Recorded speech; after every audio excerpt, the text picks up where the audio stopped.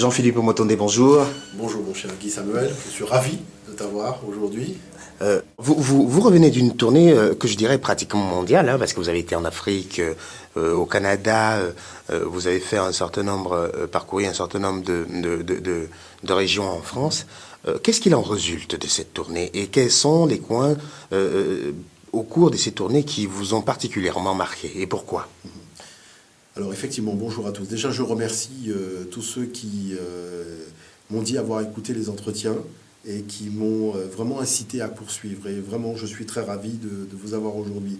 C'est vrai, j'ai eu l'occasion d'aller au Canada. Au Canada, j'ai été reçu par des frères vraiment charmants. Et on a rencontré véritablement le public canadien aussi, qui est un public chaleureux.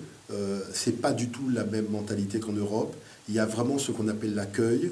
Il y a une éthique du vivre ensemble qui nous rappelle véritablement cette éthique du vivre ensemble de l'époque de nos grands-mères. C'est-à-dire on ne regarde pas l'épiderme de quelqu'un, on voit tout simplement ce que cette personne souhaite apporter et comment on peut bâtir en fait quelque chose de fort avec cette personne. Et ça, c'est vraiment impressionnant. Je dois avouer que les Acadiens, puisque c'est comme ça que ces personnes qui viennent de l'Europe s'appellent, les Acadiens m'ont vraiment agréablement. Quelle est la particularité dans cette relation qu'ils ont développée? C'est-à-dire que l'Acadien, il vous le répète à plusieurs reprises, lui, il fonctionne sur les rapports humains.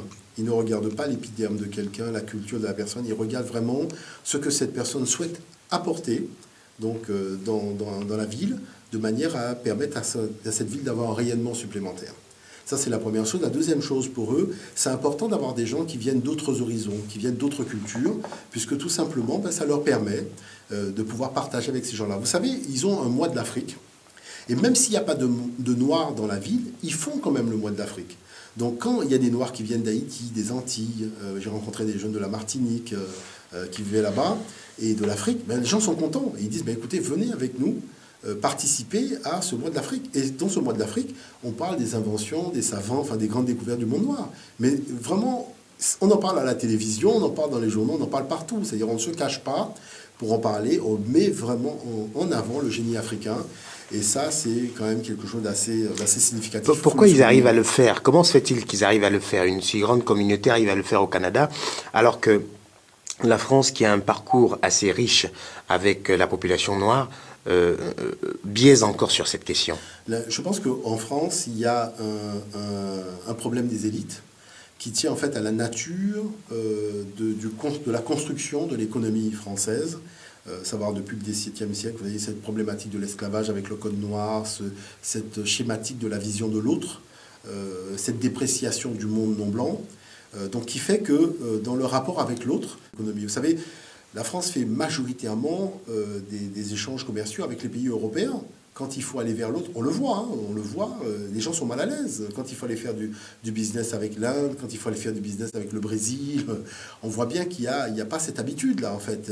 Les gens découvrent, vous voyez, c'est assez impressionnant, mais on le ressent. Il n'y a pas ce discours de valorisation de l'autre dans le pays du Sud, vous voyez. Donc ça, c'est assez marquant. J'ai eu l'occasion aussi d'aller en Égypte. L'Égypte, c'était particulier, c'était la fin de l'ère Moubarak. On a été très bien reçus. On a été la chance d'être un groupe vraiment assez conséquent, près d'une quarantaine de personnes, ce qui nous a permis de disposer de notre propre bus, de pouvoir nous déplacer, d'aller dans les temples, des temples qu'on n'avait jamais visités jusqu'à présent, tels que le temple d'Edfou, donc ce temple vraiment qui était le temple de la ville sainte, ou Siré, impressionnant, c'est vraiment extraordinaire. Je pense que vraiment ce Kemiu Medebuk Tour qui a été mis en place par Salomon, des éditions Medebuk, c'est vraiment quelque chose d'important qui nous permet de nous replonger dans le patrimoine et vraiment la perception civilisationnelle des anciens. Et ça, c'est vraiment très important. C'est cette semaine complète que nous passons en immersion totale dans l'Égypte des anciens. Il y a quelque chose de fort qui se passe à ce moment-là. C'est pas la première fois que vous y allez, mais par contre, en revanche, vous semblez être marqué par ce voyage, cette fois-ci. Oui, ce voyage-là était important parce qu'il n'y avait pas tous les touristes d'habitude, donc ce qui fait qu'on pouvait passer beaucoup plus de temps dans les temples. D'accord. Il n'y avait pas, je dirais, les policiers non plus après les gens. Donc on avait la possibilité de prendre le temps de regarder, de découvrir, de comprendre, de ressentir les choses aussi de l'intérieur. On n'avait pas la course à faire. Et ça, c'était quelque chose de très très fort. Visiter un temple en prenant le temps de voir les détails du temple, non, je vous garantis que ça, c'est quelque chose de... Il faut vivre ça, il faut découvrir ça. Moi, je vous dis, toutes les personnes qui sont venues pour la première fois ont été vraiment surprises par l'ampleur en fait de cette civilisation africaine et ce qu'elle représente encore aujourd'hui. Et ça, c'est important de le souligner. Après, on a été au Cameroun. Donc au Cameroun, j'ai été à Douala, à Yaoundé. Alors, c'est vrai que les frères du Cameroun étaient venus l'an dernier au Salon du Livre, avec Hélène de Mes Débuts Caraïbes. Ils avaient parlé de cette tournée, ils l'avaient mis en place. Donc, il fait qu'on a pu donc aller là-bas, vraiment pour faire une tournée de conférences et de discussions avec les gens. Alors, je dirais, le Cameroun, c'est véritablement une terre dans laquelle il y a un foisonnement. Il y a un foisonnement pour tout ce qui concerne la recherche historiographique, la recherche diopienne. Il ne faut pas oublier que Cheikh Anta Diop a eu l'occasion aussi d'aller au Cameroun. Et c'est une terre qui nous a permis aussi d'avoir cet échange, cette discussion de fond avec les gens. Après, je suis revenu, j'ai été donc à Strasbourg, j'ai été à Lyon, j'ai été aussi à Toulouse, donc faire des conférences, rencontrer les gens. Tout ça, ça a été des grands moments d'échange. Bon, c'est vrai que l'actualité s'est emballée avec la problématique de la Côte d'Ivoire, mais quant au fond, je dirais que... Justement, en 2 mots, pouvez-vous nous donner votre opinion sur cette question? L'opinion, c'est que je dirais très simplement, la première chose, c'est qu'on l'a vu encore une fois, la communauté internationale qui a des intérêts directs, des intérêts économiques directs en Afrique, ne peut pas être garante du bon déroulement des élections. Je pense qu'il faut se mettre d'accord dessus. Les intérêts sont colossaux, ce sont des sommes financières qui sont très importantes. On voit que manifestement, il y a des dérèglements pratiquement partout dans les processus électoraux en Afrique. Donc, je pense que ça, en tout cas, on en conviendra. La deuxième chose, et pourtant, il y a l'Union africaine. Justement, cette Union africaine qui peine considérablement à assumer donc sa mission, qui refuse finalement, quand elle doit le faire, de prendre une position qui est d'une position africaine. C'est-à-dire, même si de l'extérieur on dit on ne recompte pas les voix, je pense que l'Union africaine peut dire on recompte.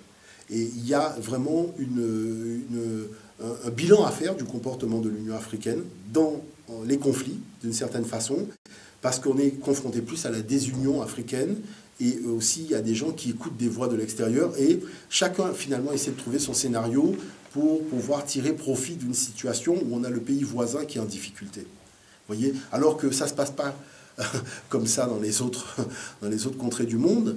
Il y a quand même une solidification, il y a un esprit d'équipe, même si, il faut le souligner, en dépit de toutes les critiques qu'on pourra prendre, on a bien vu que quand les États-Unis ont voulu partir en guerre contre l'Irak, l'Europe s'est disloquée. C'est-à-dire que chacun a choisi sa voie, certains ont dit qu'ils vont appuyer les Américains, d'autres ont dit non, et on a eu l'impression que l'Europe allait exploser véritablement dans son rapport de fonctionnement à ce moment-là. Donc, je dirais qu'on ne va pas alourdir quand même l'addition au niveau de l'Union africaine parce qu'on a vu se dérouler un certain nombre de choses. La seule chose que nous disons, nous devons avoir une position africaine et nous en tenir à cette position lorsqu'il y a des problèmes de conflit. Est-ce qu'ils ont les possibilités d'avoir une position réelle africaine dans la mesure où il y a plusieurs conditions qui me semblent ne pas le permettre aujourd'hui? Pourquoi?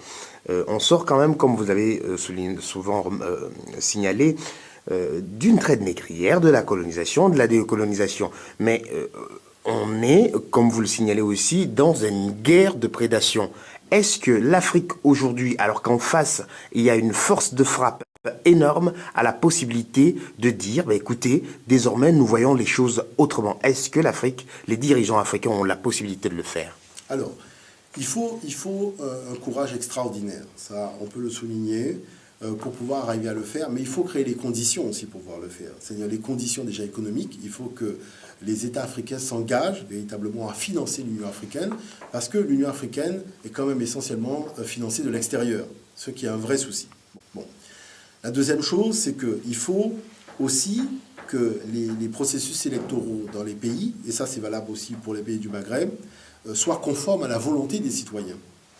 Et il faut aussi bâtir des projets civilisationnels qui soient des projets véritablement d'union, parce qu'on voit que tous ces pays résultent de la conférence de Berlin. On a construit des frontières artificielles et on a forcé des gens qui ne partageaient pas forcément toujours les mêmes intérêts à différents niveaux, à se mettre ensemble pour pouvoir permettre à une puissance extérieure d'être dans des conditions optimales par rapport à son rival occidental pour exploiter les richesses du sous-sol. Voilà la réalité. Et ce qu'on constate, c'est que finalement, nous vivons toujours sous les conséquences de cette conférence de Berlin, puisque les rapports de précaré fonctionnent. Vous voyez, on voit bien l'Angleterre avec le Zimbabwe, le Portugal avec l'Angola, la France avec la Côte d'Ivoire. Vous voyez, bon, je dirais, on voit bien quand même ce qui se passe aujourd'hui.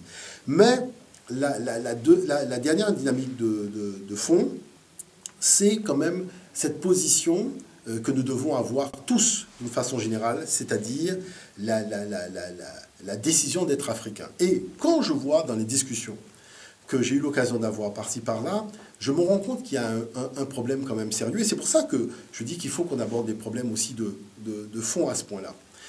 Lorsque vous prenez des gens qui ont fait des thèses sur le développement, le co-développement, le développement durable, donc ils ont fait des thèses de 800 pages, de 1000 pages, donc on vous les présente comme étant vraiment des experts en développement. Comme vous avez pu le rencontrer à Yaoundé. J'ai pu le rencontrer par exemple à Yaoundé, effectivement. Et chose importante, c'est que lorsqu'un Chinois parle de développement, dans sa langue, il a un mot avec un champ imaginaire, un champ sémantique, voyez, pour définir ce mot-là. C'est-à-dire que lorsqu'il parle du développement et qu'il utilise son mot, la définition de ce mot-là ne se trouve pas dans le Petit Larousse. C'est-à-dire la définition du Petit Larousse n'est pas valable pour le mot qui a été employé par le chinois.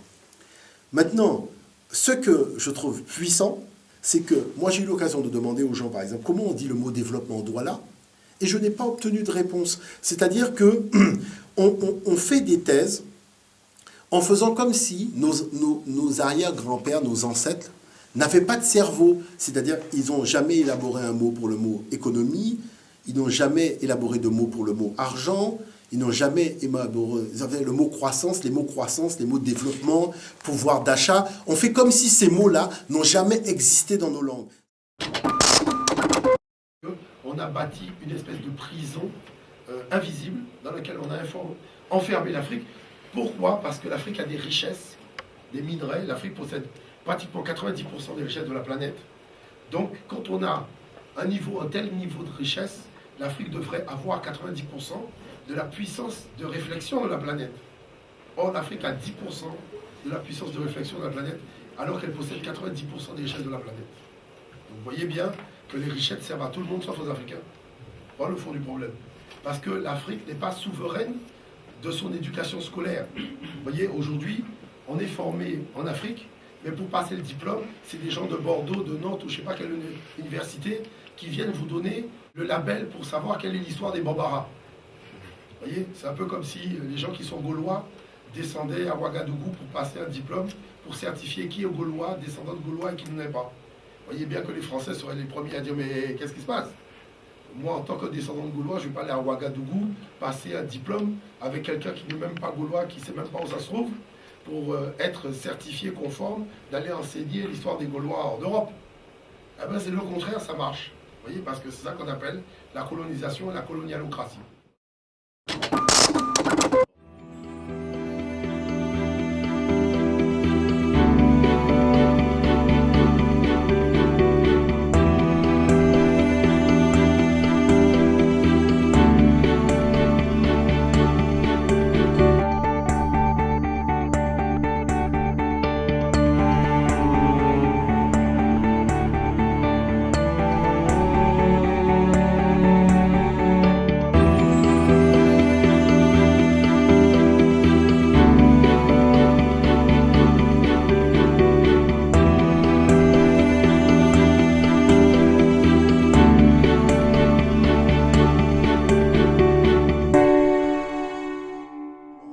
Que je trouve extraordinaire. Moi, quand j'ai écrit le livre « L'Afrique, berceau des concepts monétaires », berceau du concept de monnaie et des talents monétaires, c'était tout simplement pour montrer que mais ces mots-là existent.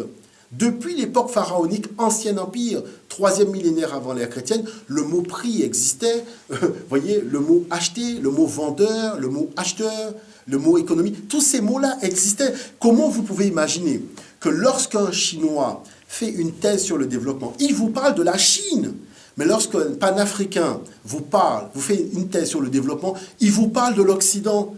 C'est quand même extraordinaire, parce que les mots, les concepts, les champs imaginaires, les champs sémantiques des mots qu'il emploie ne cadrent pas, sont carrément à l'opposé même des fondements de sa propre culture. Donc je dis que où est l'intérêt de faire une thèse qui ne repose pas sur ses fondements, c'est-à-dire sur son patrimoine? C'est se croire intelligent, mais en réalité, on ne l'est pas. Donc, comment faire pour développer un projet civilisationnel, ou alors plutôt, quels sont les éléments qui caractérisent, par exemple, un élan pour un projet civilisationnel? alors, l'élan pour le projet civilisationnel, c'est quelque chose quand même qui est assez complexe, mais qui est très important. Il faut déjà avoir une définition de ce que c'est que le divin, c'est-à-dire une définition propre. C'est-à-dire quand le chinois utilise le mot pour dire Dieu, la définition qu'on a dans le Larousse ne s'applique pas pour le chinois. Vous voyez ce que je veux dire? Quand un Indien du fin fond de l'Amazonie dit Dieu, la définition qu'il donne dans sa langue n'est pas valable, ne se retrouve pas, ne cadre pas avec la définition qu'il y a dans le petit Larousse.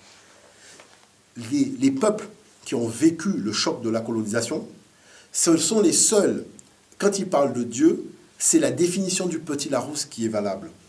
Et ça pose un problème. Parce que à partir du moment où on n'a pas la possibilité de définir soi-même son idéal de valeur, on n'a pas la possibilité d'élaborer son développement. Parce qu'on ne peut pas prendre le concept d'un autre pour pouvoir se développer. Est-ce que vous voyez ce que je veux dire? C'est ça la réalité quant au fond. Donc, qu'est-ce qui se passe? Je prends par exemple un autre problème. Au Salon du Livre, j'ai rencontré un frère. Et je dis au frère, mais si on dit en français le mot développement, bon, parce que lui, il avait fait un ouvrage en créole, je lui dis, mais comment on dit le mot développement en créole? Et il me dit développement. Donc je dis, donc en fait, finalement, les E, on les enlève, et ça devient un mot créole. Je dis oui, mais je dis, mais le problème de fond, c'est que lorsqu'on a fait ça, est-ce que la définition du mot développement en créole, c'est la définition qu'il y a dans le Larousse? Parce que si la définition de ce mot-là est la même définition, c'est-à-dire est conforme au mot, à la définition qu'il y a dans le dictionnaire Larousse, ça s'appelle du colonialisme déguisé. Parce que ça veut dire que finalement on ment aux gens. On fait quoi? Que lorsque nous parlons créole, nous redevenons nous-mêmes, mais en fait nous sommes toujours dans je dirais dans l'espace mental de l'autre, puisque la définition que nous donnons au mot, c'est la définition qu'il y a dans le petit Robert et le petit Larousse. Or, le but du jeu, c'est de sortir de ce cadre-là pour conceptualiser nos propres mots. Et c'est là où je dis, par exemple, quand on a fait les 44 jours de grève, vous voyez, en Guadeloupe avec le LKP, il y a 3 choses d'intéressantes dans ça. Premièrement, il y a le fait, vous voyez, d'avoir inventé des mots, c'est-à-dire profitation, lianage. Donc les lianes, on crée lianage à partir des lianes parce que les lianes, effectivement, dans la nature, sont entrecroisées. Donc on crée un mot. On conceptualise le champ imaginaire de ce mot-là. On en est maître. Profitation. On crée un mot, donc à partir d'une base, donc peut-être occidentale, mais en tout cas, on crée un mot qu'on conceptualise et qui n'existe pas dans le dictionnaire tel que le mot a été conçu. Donc, qui fait qu'on a vu, en Europe, des gens faire des grèves et sortir une pancarte, profitation. Et quand on leur demande, mais comment ça se fait qu'ils ont sorti la pancarte, ils vous disent que c'est en référence à ce qui s'est passé en Guadeloupe. Donc, on voit que quand on conceptualise un mot, cette conceptualisation permet aux gens de reprendre le concept quand ils se retrouvent dans le champ imaginaire, le champ sémantique de ce mot-là. Donc ça, c'est important. Voyez? Donc le fait d'avoir conceptualisé des mots et d'avoir créé un champ sémantique propre par rapport à ce mot-là. Maintenant, la chose qui pose problème, c'est le contre. Parce qu'on est toujours contre. On marche contre. On proteste contre. On passe notre temps à faire contre. Or, moi, ce que je voudrais, et je trouve important aujourd'hui, c'est arrêtons de faire contre. Faisons pour. Donc, lianage pour. Mais quand on fait lianage pour, est-ce qu'on peut faire lianage pour profitation? C'est pas possible. On ne peut pas faire le lianage pour profitation. Est-ce qu'on peut faire lianage avec profitation? C'est pas possible non plus. On ne peut pas faire avec. Donc, si on veut faire pour, ça veut dire qu'il faut trouver ce pour-là, qui représente notre idéal civilisationnel quelque part, qui nous permet de comprendre. Voilà quelque chose qui nous servira de base pour pouvoir conceptualiser. Et moi, je pense, vous voyez comme ça, en termes de proposition, quand je prends marronnage, lianage pour marronnage, là, je me dis, ah, tiens, ça devient intéressant. Ce lianage pour marronnage. Ça signifie quoi exactement? Alors, le marronnage, c'est ces gens qui, autrefois, qui étaient sur une plantation, complètement bloqués, et qui créaient les conditions pour pouvoir sortir mentalement et physiquement de la plantation. Et ce sont des gens qu'on va retrouver partout, en Amérique du Sud, dans l'espace caribéen, et qui vont recréer des civilisations à l'intérieur de la forêt. Avec, cette fois-ci, un concept civilisationnel africain. Pourquoi ce lienage pou est intéressant? Parce que vous créez une dynamique. Vous n'êtes pas en train de contrer, on crée une dynamique, on va de l'avant. Bon. Mais quand cette dynamique-là de on va de l'avant est créée, elle peut être conceptualisée et comprise par tous. Je prends de la musique. Je peux faire du marronnage musical.